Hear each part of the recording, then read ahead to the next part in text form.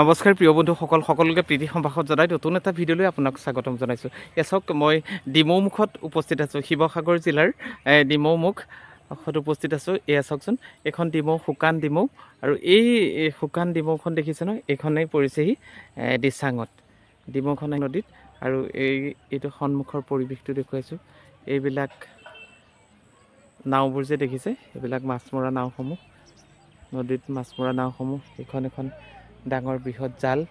সমগ্ৰ পৰিৱেশটো দেখুৱাইছে, চাওক কিমান সুন্দৰ আৰু নান্দনিক পৰিৱেশ। এয়া চাওক, আৰু সন্মুখত নদীৰ কাষে কাষে মিচিং গাঁওবোৰ, স্কুলো আছে। পৰিৱেশটো চাওক, লক্ষ্য কৰক কি নান্দনিক আৰু সুন্দৰ পৰিৱেশ। এই ডিমৌমুখলৈ আহিব, প্ৰকৃতিয়ে দান কৰা অপূৰ্ব সৌন্দৰ্য আপুনি উপভোগ কৰিব পাৰিব। ডিমৌমুখৰ যি মিচিং গাঁওবোৰ দেখিলে আপুনি অভিভূত হৈ পৰিব। ইয়াৰ জীৱন প্ৰবাহ আপুনি চেলেকি চাব পাৰিব।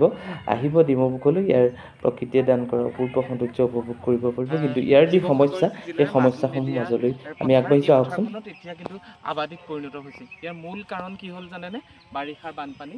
এইফালে আছে দিচাং নৈ, আৰু এইফালে ডিমৌ, এইখিনি পানীয়ে পায়, ব্ৰহ্মপুত্ৰ পানীও আহে ইয়াত। আৰু এইফালে এইবিলাক দেখিছেনে, এই সন্মুখত যিবোৰ মহ চৰি আছে, সেইবিলাক মহ। আৰু ইয়াতে বৰ্তমান খৰালিৰ কাৰণে আমি পথাৰখনত উপস্থিত থাকিব পাৰিছোঁ, কিন্তু বাৰিষা ইয়াৰ মূল সমস্যাটো হ'ল বানপানী আৰু হাতী। সেইকাৰণে ৰাইজে এই পথাৰখন কৃষি কৰিবলৈ এৰিছে। এইখন আছে মাজুমেলিয়াৰ, শিৱসাগৰ জিলাৰ মাজুমেলিয়াৰ আবাদী পথাৰ। আহক আমি আগবাঢ়ি যাওঁ। মাজুমেলিয়াৰ মৃত্যুৰৰ সহজ সৰল আন্তৰিকতাত ডুব গ'লোঁ।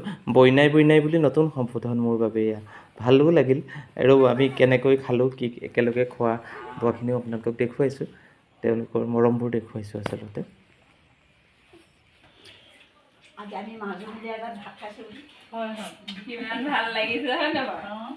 আমাৰ আইতাই একেবাৰে চাপৰ দেই, কটীয়াজনী মাটিতে বহি লৈছে। এইফালে মোক কৈ দিয়ক আকৌ আইতাই।